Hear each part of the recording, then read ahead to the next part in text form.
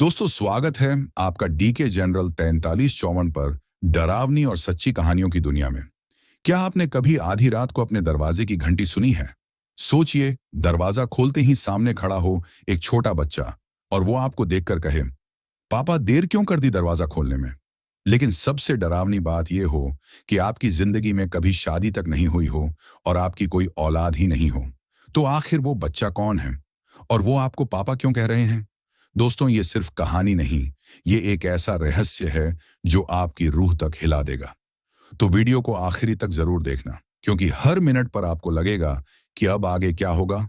और हाँ, अगर आप सच्ची डरावनी कहानियां सुनना पसंद करते हैं तो अभी हमारे चैनल को सब्सक्राइब कर लीजिए, क्योंकि ऐसी कहानियां सिर्फ आपको यही मिलेगी।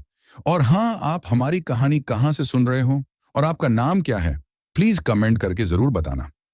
तो चलिए कहानी शुरू करते हैं। नमस्कार दोस्तों, मेरा नाम अविनाश है। मैं एक साधारण इंसान हूं जिसकी जिंदगी हमेशा से नॉर्मल रही है। मैं दिल्ली में रहता हूं, एक प्राइवेट कंपनी में काम करता हूं। मेरी अभी तक शादी भी नहीं हुई है। लेकिन आज जो मैं आपको बताने जा रहा हूं, वो घटना मेरी जिंदगी की सबसे डरावनी रात थी। वो रात थी 10 दिसंबर की। सर्दी अपने चरम पर थी। रात के करीब 12:45 हो रहे थे। मैं अपने कमरे में बैठकर लैपटॉप पर काम कर रहा था। तभी अचानक मेरे घर की डोरबेल बजी। उस वक्त इतनी रात गए कौन आ सकता है? मेरे दोस्तों या रिश्तेदारों में कोई ऐसा नहीं था जो इस समय आता। पहले तो मैंने सोचा शायद किसी ने गलती से दबा दी होगी, लेकिन घंटी फिर से बजी और इस बार लगातार। मैंने घबरा कर दरवाजा खोला और बाहर जो खड़ा था उसे देखकर मेरी सांसें थम गईं। वो कोई बड़ा आदमी नहीं था, बल्कि एक 8-9 साल का बच्चा खड़ा था। काले बाल, सफेद शर्ट, नीली निकर पहने हुए, बिल्कुल आम बच्चों जैसा। लेकिन उसकी आंखें देखकर ऐसा लगा जैसे उनमें कोई गहरी उदासी और अजीब डर छुपा हो। मैंने झिझकते हुए पूछा, हाँ, कौन हो तुम? इतनी रात को यहाँ क्यों आए हो? उसने मेरी तरफ देखा और मुस्कुराते हुए बोला, पापा देर क्यों कर दी दरवाजा खोलने में? मेरे पैरों तले जमीन खिसक गई। मैं हकलाकर बोला, पापा, लेकिन मेरी तो कोई औलाद ही नहीं है और मेरी तो अभी शादी भी नहीं हुई है। बच्चा वहीं खड़ा रहा और बस मुस्कुराता रहा। मैं वहीं दरवाजे पर खड़ा रह गया। दिमाग सुन्न हो चुका था। ये बच्चा मुझे पापा क्यों बुला रहा है? मेरी तो शादी भी नहीं हुई है। मैंने फिर पूछा, देखो बेटा, तुम गलती से शायद किसी और के घर आ गए हो। तुम्हारे पापा कहीं और रहते होंगे। तुम किसके साथ आए हो? लेकिन उस बच्चे ने कोई जवाब नहीं दिया। वो बस मुस्कुराता रहा। उसकी मुस्कान में मासूमियत नहीं थी, बल्कि जैसे किसी रहस्य का बोझ हो। फिर वो बोला, पापा मुझे अंदर आने दो। बाहर बहुत ठंड है। अगर तुमने दरवाजा बंद कर दिया तो मैं हमेशा के लिए चला जाऊंगा। उसकी बातें सुनकर मेरी रीढ़ की हड्डी में सिहरन दौड़ गई। मैंने तुरंत दरवाजा पकड़ लिया और कहा, नहीं, पहले बताओ तुम हो कौन और मेरे नाम पते को कैसे जानते हो? बच्चा इस बार थोड़ा नाराज हुआ। उसने जोर से कहा, पापा आप मुझे पहचान क्यों नहीं रहे? मैं रोज आता हूं, पर आप दरवाजा देर से खोलते हो। मेरे रोंगटे खड़े हो गए। उसकी आंखों में देखते ही अजीब सा डर चढ़ गया। मैंने साहस जुटाकर कहा, ठीक है, रुको, मैं तुम्हें पुलिस के पास ले चलता हूं। जैसे ही मैंने मोबाइल उठाया, बच्चा अचानक हंस पड़ा। उसकी हंसी इतनी तेज और अस्वाभाविक थी कि मेरी कानों में गूंजने लगी, और अगले ही पल वो बच्चा गायब हो गया। वो मेरी आंखों के सामने से ऐसे गायब हुआ जैसे कभी था ही नहीं। दरवाजे के बाहर सर्द हवा बह रही थी, लेकिन वहां किसी इंसान का नामो निशान नहीं था। मैंने तुरंत सीसीटीवी कैमरा खोला, लेकिन जब रिकॉर्डिंग देखी तो मेरा खून जम गया। सीसीटीवी में तो मैं दिख रहा था, लेकिन दरवाजे पर कोई बच्चा था ही नहीं। उस रात मैं बिल्कुल सो नहीं पाया। सीसीटीवी बार बार देखता रहा, लेकिन उसमें साफ था दरवाजे पर मैं अकेला खड़ा हूं। मतलब या तो मैं पागल हो गया हूं या सचमुच कोई ऐसा बच्चा आया था जिसे कैमरा नहीं पकड़ सका। सुबह होते ही मैं अपने पड़ोसी मिस्टर शर्मा के घर गया। वो बुजुर्ग है और अक्सर कॉलोनी में हर चीज नोटिस करते रहते हैं। मैंने हिम्मत करके उनसे पूछा, शर्मा जी, कल रात करीब 1 बजे आपने कुछ देखा है? कोई बच्चा या कोई अजनबी? शर्मा जी का चेहरा अचानक उतर गया। उन्होंने धीरे से कहा, क्या वो तुम्हारे दरवाजे पर आया था? मैं चौंक गया। आपको कैसे पता? शर्मा जी ने गहरी सांस ली और बोले, पिछले 3 महीनों से कई लोगों ने यहाँ एक छोटे बच्चे को देखा है। वो रात के वक्त दरवाजे की घंटी बजाता है, लेकिन अजीब बात यह है कि सीसीटीवी या फोटो में कभी कैद नहीं होता। जो भी उससे बात करता है उसके साथ कोई ना कोई अनहोनी हो जाती है। मेरे पैरों से जमीन खिसक गई। मैंने घबरा कर पूछा, कैसी अनहोनी? शर्मा जी धीमी आवाज में बोले, पिछली बार दूसरे फ्लोर वाले गुप्ता जी, उन्होंने भी दरवाजा खोला था और अगले ही दिन उनका एक्सीडेंट हो गया और मौत हो गई। मेरे पूरे शरीर में झुरझुरी दौड़ गई। मतलब वो बच्चा सिर्फ मेरे साथ नहीं बल्कि कॉलोनी के और लोगों के साथ भी हुआ था। लेकिन सबसे बड़ा सवाल, वो बच्चा आखिर है कौन और मुझे पापा क्यों कह रहा है? मैंने शर्मा जी से पूछा, क्या आपने उसका चेहरा देखा है?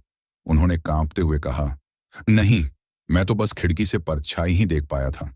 लेकिन सब कहते हैं वो हमेशा एक ही बात कहता है, मुझे अंदर आने दो पापा, नहीं तो सब खत्म हो जाएगा। उस रात जब मैं घर लौटा तो मैंने तय कर लिया कि अगर वो बच्चा दोबारा आया तो मैं उसकी सच्चाई जरूर पता करूंगा। और सच में करीब 12:50 पर फिर से घंटी बजी। इस बार मैंने कांपते हाथों से दरवाजा खोला और वो बच्चा वहीं खड़ा था, उसी मुस्कान के साथ। लेकिन इस बार उसने कुछ और कहा, पापा तुम्हें सच जानना है तो मेरे साथ चलो। मैं कुछ पल तक हिचकिचाया, लेकिन पता नहीं क्यों उस बच्चे की आंखों में देखकर लगा जैसे वो हमें कहीं खींच रहा हो। मैंने दरवाजा पूरी तरह खोल दिया। बच्चा मुस्कुराया और बोला, पापा डरना मत, बस मेरे साथ चलो। वो धीरे धीरे कॉलोनी के गेट की तरफ बढ़ने लगा। मैं उसके पीछे पीछे चल पड़ा। रात का सन्नाटा, ठंडी हवा और दूर कहीं कुत्तों के भौंकने की आवाज माहौल को और भी डरावना बना रहे थे। करीब 10 मिनट पैदल चलने के बाद बच्चा एक सुनसान जगह पर रुका। वो जगह कॉलोनी से थोड़ी दूर एक पुरानी खाली जमीन थी, जहां सालों से कोई इमारत नहीं बनी थी। वहां पहुंचकर उसने मेरी तरफ देखा और कहा, पापा यही वो जगह है जहां सब खत्म हुआ। मैं हैरान रह गया, क्या मतलब, क्या खत्म हुआ? बच्चा धीरे से जमीन की तरफ इशारा करने लगा। मैंने टॉर्च निकाली और जमीन पर रोशनी डाली। वहां मिट्टी अभी अभी खुदी हुई लग रही थी, जैसे किसी ने हाल ही में गड्ढा बनाया हो। मैंने कांपते हुए पूछा, ये जगह क्या है? बच्चा मेरी आंखों में देखकर बोला, यही मेरी मौत हुई थी पापा, मेरा खून जम गया। तो तुम्हारी मौत? बच्चे ने सिर हिलाया। हाँ, और मेरी लाश यहीं गाड़ी के नीचे दबकर दफन हो गई। किसी ने मुझे बचाने की कोशिश नहीं की। मेरे शरीर से पसीना बहने लगा। लेकिन सबसे बड़ा सवाल मेरे दिमाग में घूम रहा था कि अगर यह बच्चा मर चुका है तो मुझे पापा क्यों कह रहा है? मैंने हिम्मत करके पूछा, लेकिन मैं तुम्हारा बाप कैसे हो सकता हूं? मेरी तो शादी भी नहीं हुई है। बच्चे ने गहरी सांस ली और धीरे से कहा, आपने अभी तक शादी नहीं की, लेकिन करनी थी, और मैं उसी शादी से आपका बेटा होता। मेरे पैरों से जमीन खिसक गई। मैं जोर से चिल्लाया, क्या? बच्चे ने गंभीर नजरों से हमें देखा और कहा, पापा मैं आपका भविष्य हूं, लेकिन वो भविष्य अब कभी नहीं आएगा। मैं वहीं ठिठक कर खड़ा रह गया। मेरे कानों में उसके शब्द गूंज रहे थे, मैं आपका भविष्य हूं, आपका बेटा। मेरे मुंह से आवाज तक नहीं निकली। ये कैसे हो सकता है? बच्चा बोला, पापा आप सोच रहे होंगे कि आपकी शादी तक नहीं हुई तो मैं कैसे, लेकिन सच्चाई ये है कि आपकी शादी होनी थी और मैं इसी दुनिया में आने वाला था। लेकिन उसकी आवाज भर्रा गई, लेकिन वो कभी हो नहीं पाया, क्योंकि आपकी मौत हमसे पहले हो चुकी है। मेरे पूरे शरीर में बिजली सी दौड़ गई। मौत? बच्चे ने मेरी आंखों में देखा। उसकी आंखों में आंसू थे। हाँ पापा, कल रात 2:15 पर एक एक्सीडेंट में आप मर चुके हो, और क्योंकि आप मर गए इसलिए मैं पैदा ही नहीं हो पाया। मैं जोर से चीखा, क्या बकवास है ये? मैं तो अभी जिंदा हूं। देखो, मैं तुम्हारे सामने खड़ा हूं। बच्चा धीरे से मुस्कुराया।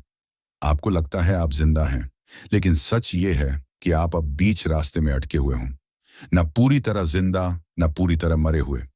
इसीलिए आप मुझे देख पा रहे हो। मेरी आंखें फटी रह गईं। दिमाग मानने को तैयार नहीं था।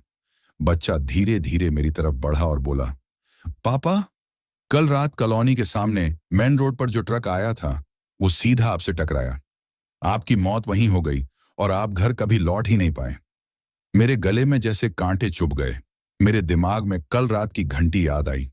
अगर मैं सचमुच ट्रक से टकराया था तो फिर मैं अपने घर कैसे पहुंचा?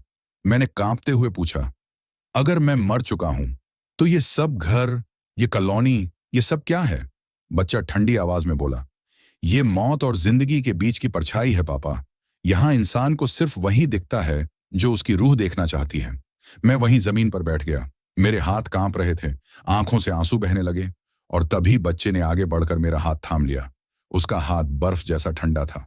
वो बोला, पापा, अब आपके पास बस दो रास्ते हैं। या तो आप इस परछाई में भटकते रहोगे, या फिर मेरे साथ चलकर हमेशा के लिए चैन पालोगे। बच्चा मेरा हाथ थामे खड़ा था। उसकी आंखों में आंसू चमक रहे थे, लेकिन चेहरा बिल्कुल शांत था। मैं कांपते हुए बोला, अगर मैं सच में मर चुका हूं, तो मुझे ये सब याद क्यों नहीं? मुझे तो बस इतना याद है कि कल रात घर पहुंचा था। बच्चा धीमी आवाज में बोला, पापा, इंसान की मौत के बाद उसकी आत्मा सब कुछ एक साथ नहीं देख पाती। वो भ्रम में रहती है कि वो अभी भी जिंदा है, लेकिन धीरे धीरे सच सामने आने लगता है। मैंने गुस्से में कहा, नहीं, ये सच नहीं हो सकता। देखो, मैं सांस ले रहा हूं, बोल रहा हूं, ये सब मरने के बाद कैसे हो सकता है? बच्चे ने मेरी आंखों में देखा और कहा, तो चलो पापा, अगर आप मानते नहीं तो अपने कमरे में चलकर आईना देख लो। मेरे रोंगटे खड़े हो गए। आईना? मैंने बिना कुछ कहे दौड़कर घर की तरफ गया, दरवाजा खोला और सीधे कमरे में जाकर आईने के सामने खड़ा हो गया। लेकिन जो नजारा मैंने देखा, उससे मेरी चीख निकल गई। आईने में मेरा चेहरा धुंधला था। मेरी आंखें काली गहरी गड्ढों जैसी लग रही थीं, और मेरी गर्दन पर गहरा जख्म था, जैसे किसी भयंकर टक्कर में टूटी हो। मैं पीछे हट गया। दिल जोर जोर से धड़कने लगा। नहीं, ये सच नहीं हो सकता, मैं मर नहीं सकता। लेकिन तभी मेरे कानों में बच्चे की आवाज गूंजी, पापा, आपने उस रात दरवाजा देर से खोला और अब सब खत्म हो चुका है। मैंने कांपते हुए पूछा, क्या मतलब दरवाजा देर से खोला? बच्चे की आंखों से आंसू बह निकले। उसने कहा, हाँ पापा, अगर आप दरवाजा उस वक्त खोल लेते जब मैंने पहली बार घंटी बजाई थी, तो सब बदल सकता था। आप बच सकते थे और मैं इस दुनिया में आ सकता था। लेकिन आपने देर कर दी, और अब ना आप जिंदा रहे ना मैं। मेरी आंखों के सामने अंधेरा छाने लगा। कमरे की लाइट टिमटिमाने लगी, दीवारें सिकुड़ने लगी, और बच्चा मेरे पास आकर फुसफुसाया, अब चलिए पापा, हमारा यहाँ कोई काम बाकी नहीं है। बच्चा मेरे सामने खड़ा था। उसकी आंखों में उदासी थी, लेकिन चेहरा बहुत शांत लग रहा था। मैं जमीन पर बैठा कांप रहा था। नहीं, ये सच नहीं हो सकता, मैं अभी जिंदा हूं। मैं बार बार यही खुद से कह रहा था। बच्चे ने मेरे कंधे पर हाथ रखा। उसका हाथ बर्फ जैसा ठंडा था। उसने धीरे से कहा, पापा, अब खुद को और मत छलो, सच को स्वीकार कर लो। और तभी अचानक मेरे कानों में बहुत तेज ब्रेक लगने और ट्रक के हॉर्न की आवाज गूंजने लगी। मैंने आंखें बंद कर ली, और अगले ही पल मैंने देखा, मैं सड़क पर गिरा हूं। मेरे शरीर से खून बह रहा है। लोग चारों तरफ खड़े हैं। किसी ने एम्बुलेंस बुला ली है, लेकिन मैं अपने ही शरीर को ऊपर से देख रहा हूं। मतलब बच्चा सच कह रहा था। मैं सच में उस रात ट्रक के नीचे आ चुका था, और मैं मर चुका था। मैं फूट फूट कर रोने लगा। ये कैसे हो गया? मैं तो बस अपने घर जाना चाहता था। बच्चे ने मेरी आंखों में देखा और कहा, पापा, अब हम दोनों का सफर यहीं खत्म है। आप मुझे कभी इस दुनिया में ला नहीं पाए, और मैं हमेशा के लिए अधूरा रह गया। मैंने कांपते हुए उससे पूछा, तो अब क्या होगा? बच्चा मुस्कुराया, लेकिन इस बार उसकी मुस्कान बहुत मासूम थी। उसने मेरा हाथ थामा और बोला, अब हम वहीं जाएंगे जहां से कोई लौटकर नहीं आता। धीरे धीरे अंधेरा मेरे चारों तरफ फैलने लगा। कमरा, कॉलोनी, सड़क सब गायब हो गए। बस मैं और मेरा अजन्मा बेटा अंधेरे में आगे बढ़ते चले गए। और उसी पल मैंने आखिरी बार पीछे मुड़कर अपने घर की ओर देखा, जहां अब सन्नाटा था। एक ऐसा सन्नाटा जिसमें सिर्फ मेरी यादें रह गईं। तो दोस्तों, ये थी वो डरावनी सच्चाई। अब सोचिए, अगर आधी रात को आपके दरवाजे पर कोई बच्चा खड़ा हो और आपको पापा कहे, जबकि आपकी कभी शादी ही ना हुई हो, तो क्या आप हिम्मत करके दरवाजा खोलेंगे? याद रखिए, हर घंटी कोई मेहमान नहीं लाती, कभी कभी मौत भी दस्तक देती है। अगर ये कहानी ने आपके दिल की धड़कनें तेज कर दी हो, तो अभी डीके जनरल 4354 को सब्सक्राइब कीजिए, क्योंकि अगली बार जो कहानी आएगी, हो सकता है वो आपकी अपनी हो। तो चलिए मिलते हैं अगली डरावनी और रहस्यमयी कहानियों के साथ। तब तक अपना ख्याल रखें। धन्यवाद।